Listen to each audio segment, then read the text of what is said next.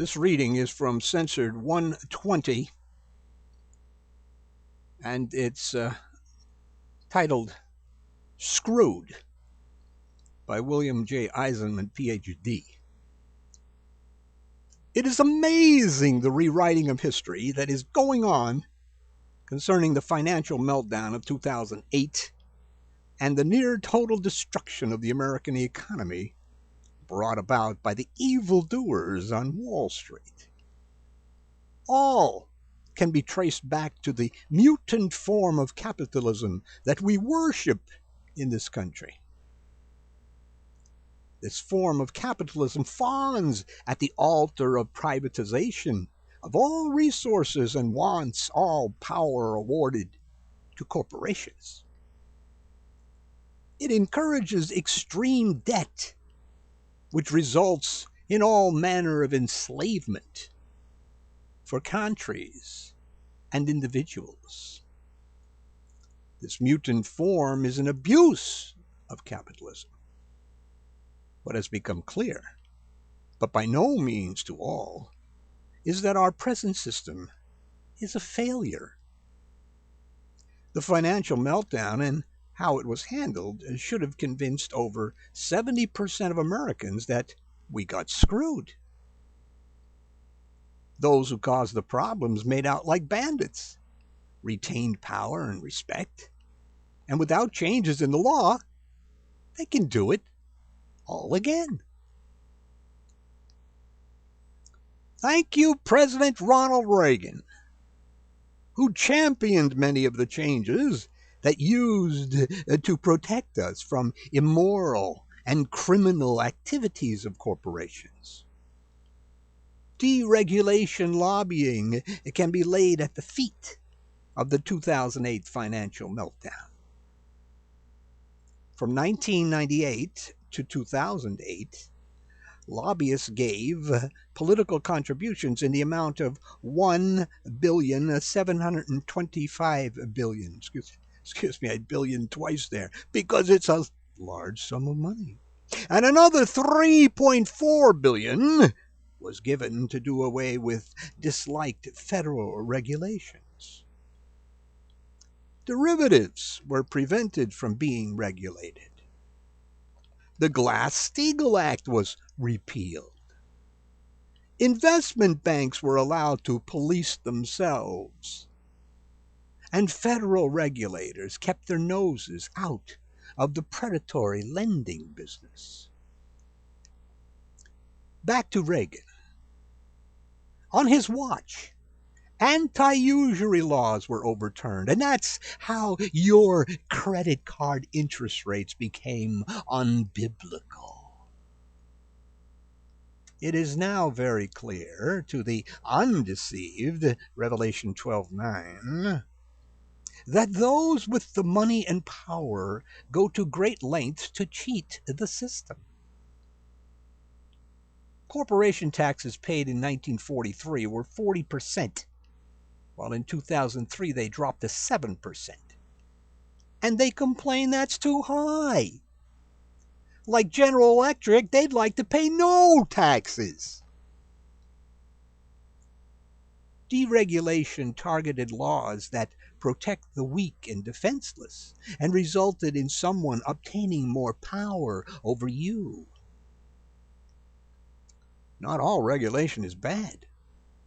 And a government small enough to drown in a bathtub is too weak to protect us from the big bad corporations and criminals in business all around us. Deregulation does not open the door to innovation. The free market is a craze. The United States has become a paper economy. From 1999 to 2007, the United States lost 5 million manufacturing jobs. Yet hardly any of the mainstream political pundits made this a big story. It was never made clear that in the 8 years of the G.W. Bush administration, not one net job was produced. All we hear about the Obama administration is about the jobs not produced and the unemployment rate. It also is clear that no one is facing up to the simple truth that jobs that are gone are not coming back. To return our economy to some semblance of normality, new jobs must be created, a lot of new jobs. These jobs must be in new industries. It may not be possible to replace all the lost jobs. On the global level, the World Bank and the International Monetary Fund, instead of doing good in the world, bring about crises in countries and exploitation by multinational corporations, a modern day form of colonialism. These actions destabilize the world economy. The 2009 military budget for the United States was $515.4 billion. With actual expenditures, it amounted to $607 billion. And that was without including the wars in Afghanistan and Iraq. When all is said and done, and all categories are added, the figure is over $1 trillion. Some place the figure at $1.4 trillion. After the two war fiascos in Afghanistan and Iraq, it is clear there is something fundamentally wrong with America's war machine. Bible prophecy says God will break the pride of our power. Much of the money spent by the Defense Department is wasted, along with 25% that cannot be, doesn't know where it went or goes. Anyway, it goes to private contractors and unneeded or obsolete weapons systems.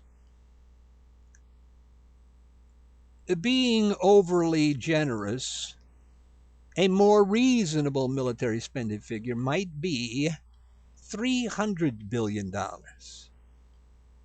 Some say $200 billion is enough. Add up the savings and the deficit almost disappears.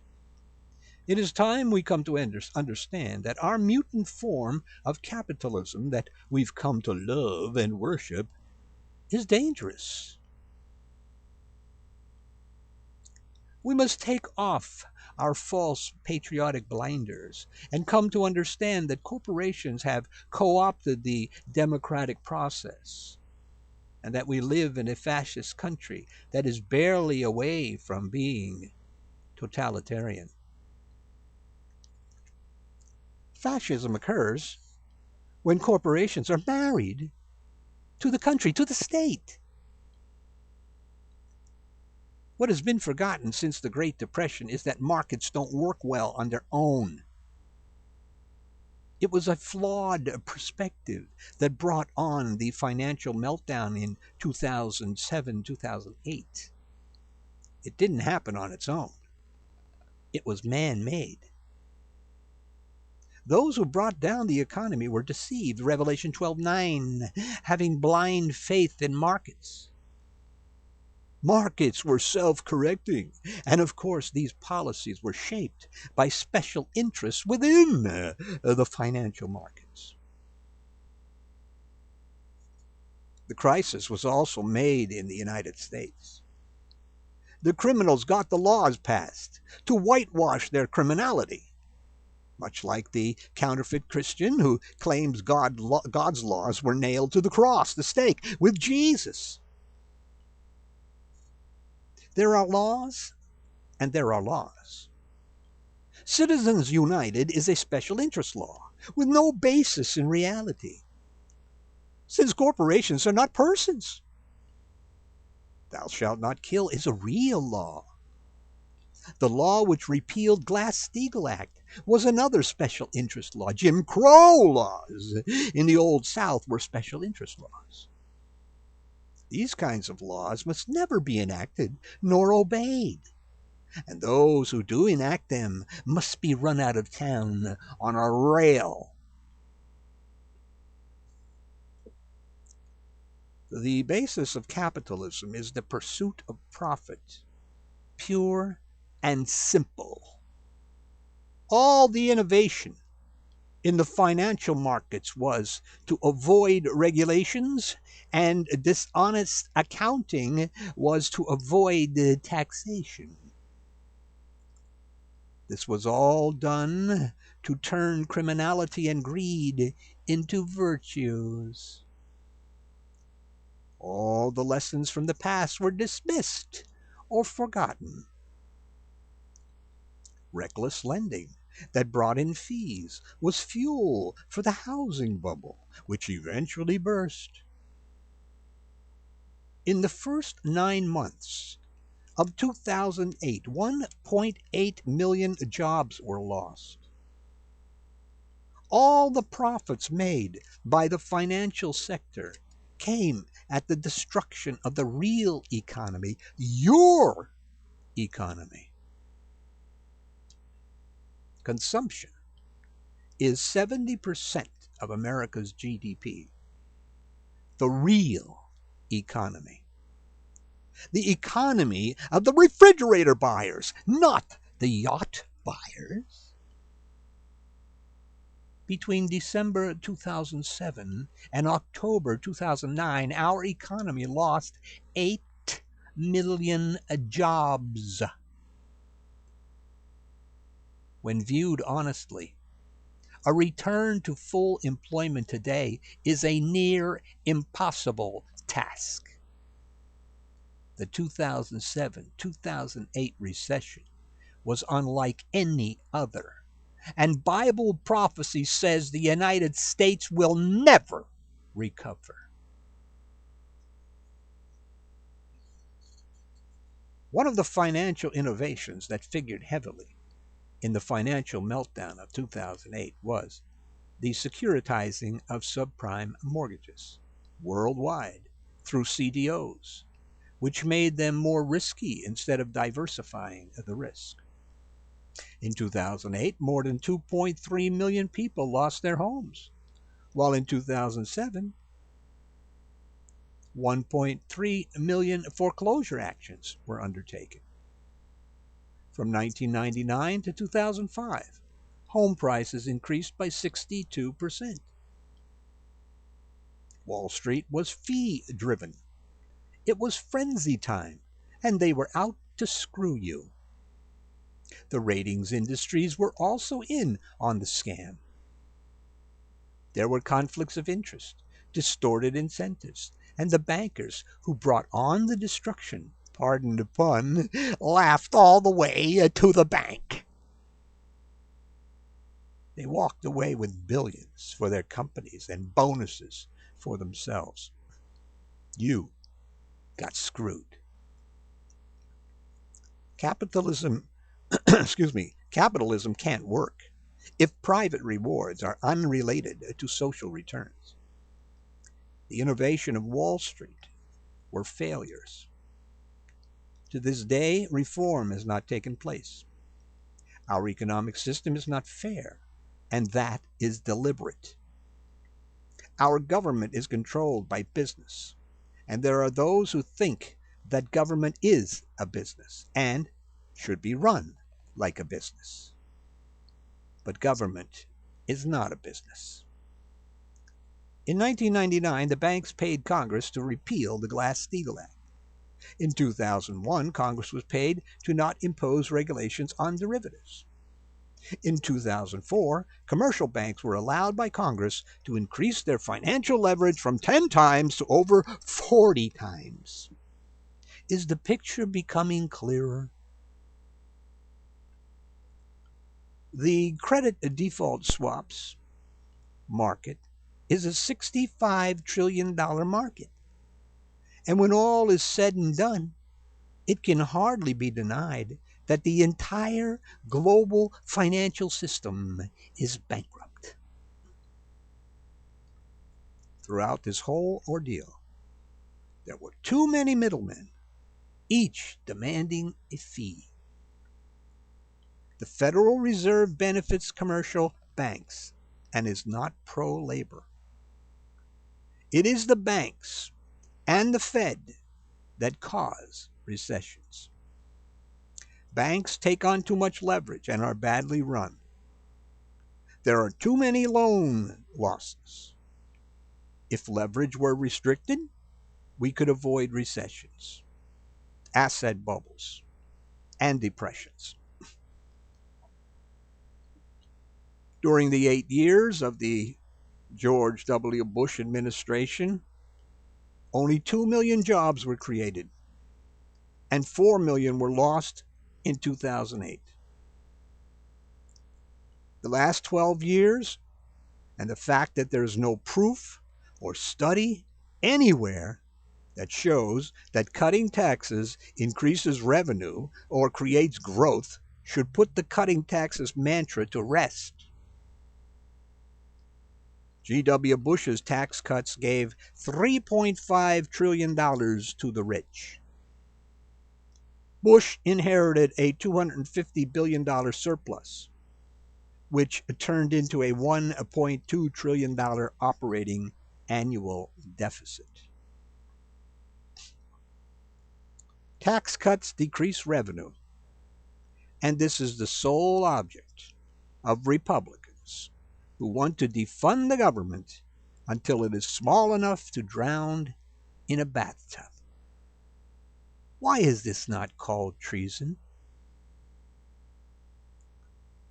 If a business is too big to fail, it is too big to exist. In a capitalist economy, if you fail, you go bankrupt. You pay for your mistakes. You don't go begging taxpayers to bail you out with corporate welfare. When you fail, you don't go walking away with billions of dollars for your firm and bonuses for you. Again, capitalism can't work if private rewards are unrelated to social returns. In the instance of the financial meltdown, taxpayer money was a massive government gift to the banks. What should have happened was that government, that is, us, should have forced financial restructuring of the banks. Massive firings should have taken place. There was no accountability, no personal responsibility, which seems to always be required of the poor by Republicans. Too big to be restructured was a ruse. American banks polluted the world economy with toxic waste. The banks were incompetent, yet they got rewarded, and you got screwed. Some called the bailout socialism. Socialism is supposed to care for people, but the bailout cared for corporations and cronyism. The bailout of the banks was corporate welfarism, American style.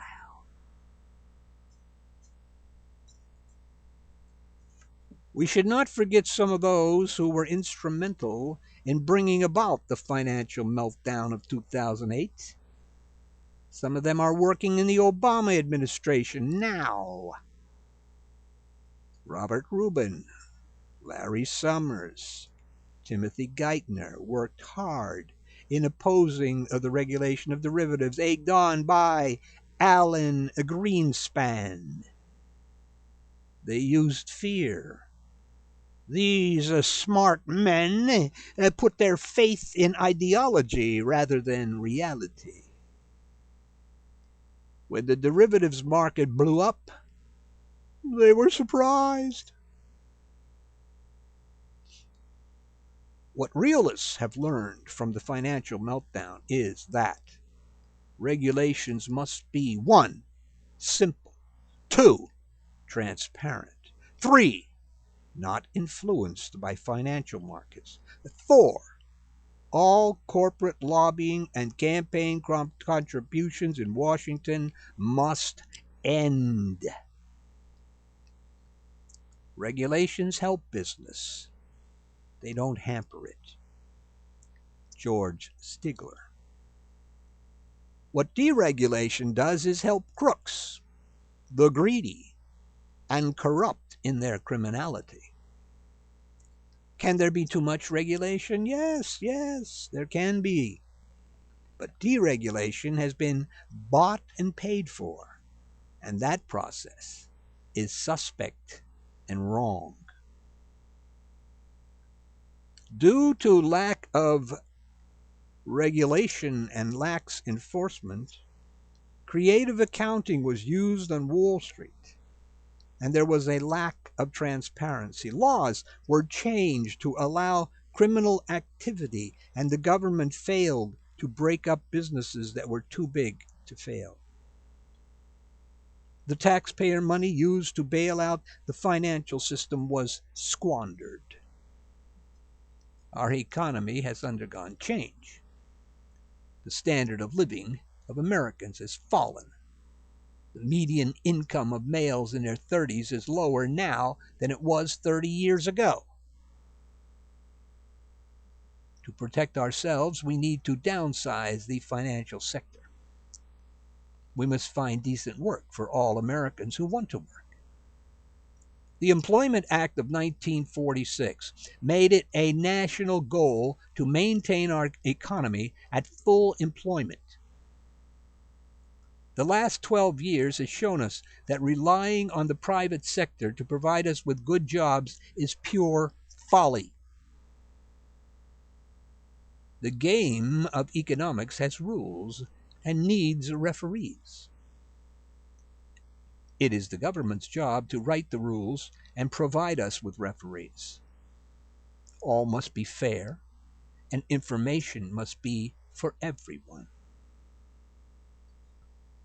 Economics is a choice. Our mutant form of capitalism is not the only game in town. As pointed up in the past many times by Censored, the Bible portrays another economic system, God's economics. In this system, every man has his own land and vine, Micah 4, verse 4. There is no usury, and standards never change. No one gets rich on the back of another. After a time, all debts are canceled. If you sell your land, you get it back in 50 years. In God's economics, there is true freedom, security, and fairness. Yet we are stuck with our mutant form of capitalism like a fly in a spider web. The irony is that those who try their best to keep us enmeshed in our mutant form of capitalism call themselves Christians. They claim to live by every word of the Bible. These people are in fact doing the devil's work. They are deceived. Revelation 12:9.